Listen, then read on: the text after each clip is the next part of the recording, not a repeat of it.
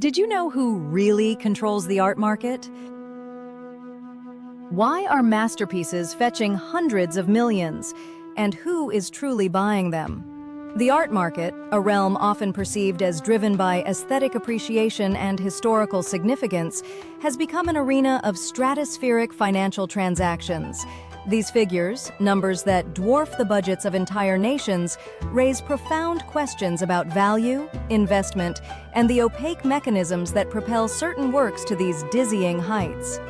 Beyond the glitz of auctions and the mystique of the names, Picasso, Warhol, Da Vinci, lies a complex ecosystem where fortunes are made and reputations are built, often shielded from public scrutiny. We're about to peel back the layers of this lucrative, enigmatic industry. Each year, the global art world converges for monumental events. Art Basel, Frieze, the Armory Show. These aren't just exhibitions. They are vibrant marketplaces where galleries showcase their most prized artists and collectors scout for their next acquisitions. The sheer volume of art on display is staggering, a kaleidoscope of styles and mediums.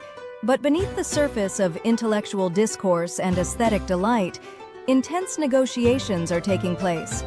Buyers and sellers, often represented by sophisticated art advisors, are engaged in a delicate dance, determining the destiny and value of tangible pieces of history, guided by more than just artistic merit. For centuries, artists chased patronage, seeking the favor of royalty and the church. The romantic image of the struggling genius, creating in a garret, persisted for generations.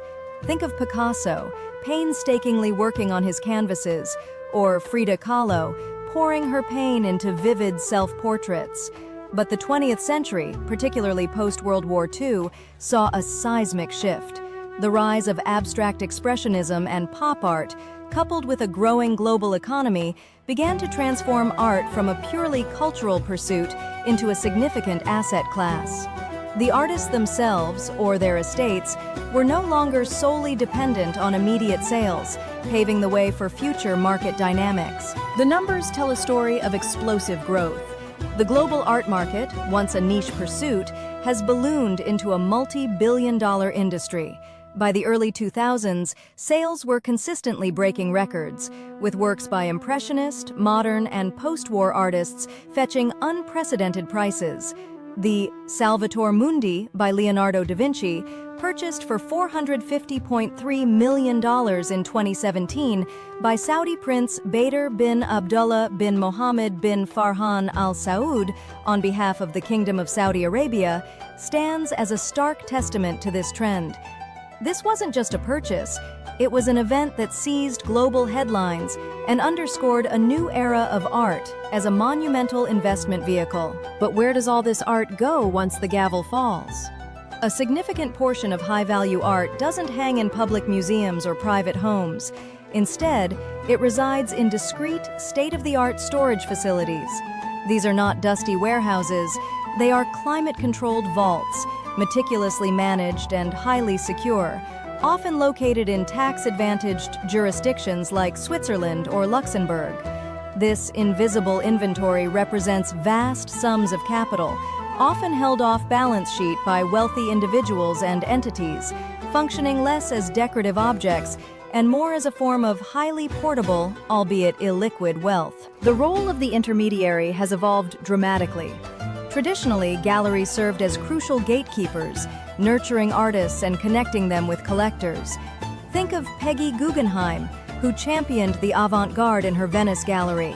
Today, while galleries remain vital, a new breed of player has emerged, the art advisor.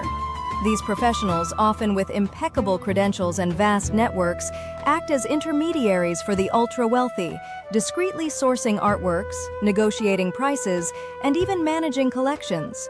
They navigate the market's complexities, ensuring their clients acquire pieces that align not only with artistic taste, but also with sophisticated investment strategies. The art market's opacity makes it an attractive, albeit often illicit, playground for those seeking to launder money. The ability to move vast sums of cash through seemingly legitimate transactions without much traceability is a significant concern for authorities.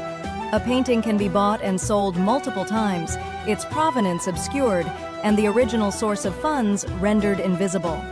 This isn't about appreciating art, it's about financial camouflage. Investigations by bodies like the OECD have highlighted these risks, pushing for greater transparency and accountability in a sector historically resistant to such scrutiny. Who are these elusive buyers? Often they are not individuals but entities, offshore corporations, discrete trusts, and investment funds controlled by individuals or families who prefer anonymity. Think of the discreet dealings of individuals like the De Beers family, whose wealth was built on diamonds, or the vast fortunes of tech moguls who diversify into tangible assets. The anonymous nature of some auction houses and the legal framework in certain tax havens allow for buyers to remain hidden. This creates a hidden hand in the market, influencing prices and taste without the public ever knowing who is truly behind the acquisition, even when sales reach staggering sums for works known across the globe. The provenance of art is not merely an academic footnote, it is the bedrock of its legality and ethical standing. Discrepancies or gaps in provenance can signal illicit origins, particularly for works seized during periods of conflict or oppression. The restitution debates surrounding pieces like the Benin bronzes, taken during colonial expeditions, or art looted by the Nazis, highlight the complex ethical and legal quagmires that can arise from unclear ownership history. These debates are increasingly shaping the art market, forcing collectors and institutions to scrutinize acquisition trails with unprecedented rigor, leading to significant international legal challenges. The digital revolution is fundamentally reshaping artistic creation and its place in the market. Artificial intelligence now generates art that blurs the lines between human and machine creativity. Platforms like art blocks and the emergence of NFTs, non-fungible tokens, have created new avenues for digital art sales, with some fetching millions. Everyday's The First 5,000 Days by Beeple sold for $69.3 million at Christie's in 2021 is a prime example. This technological leap not only challenges traditional notions of ownership and authenticity, but also introduces new complexities and opportunities for collectors and investors in this rapidly evolving landscape. The art market is inherently speculative, states Dr. Anya Sharma, an art market analyst. While artistic value is subjective, market value is driven by demand, scarcity, and, to a significant degree, speculation. Investors often look to art as a hedge against inflation or as a way to diversify their portfolios, much like luxury real estate or rare commodities. However, the lack of regulation and the subjective nature of valuation mean that prices can fluctuate wildly, driven by trends, hype, and the decisions of a few key players. This makes it a high-risk, high-reward proposition for many. Auction houses like Christie's and Sotheby's are central to the high-end art market. They operate on tight margins, leveraging their brand, expertise, and global reach to connect sellers with buyers. While they provide a public platform for sales, their internal processes and client relationships are often highly discreet.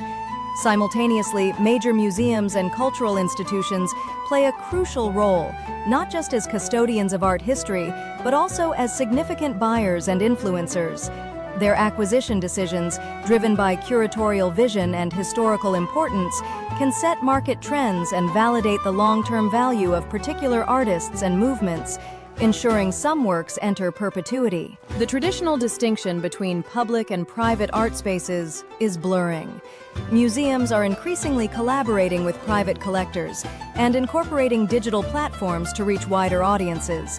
Private collections, once hidden from view, are also becoming more accessible through curated exhibitions and online showcases. This evolution reflects a broader societal shift towards democratizing access to art, while simultaneously highlighting the immense concentration of wealth and influence in the hands of a few.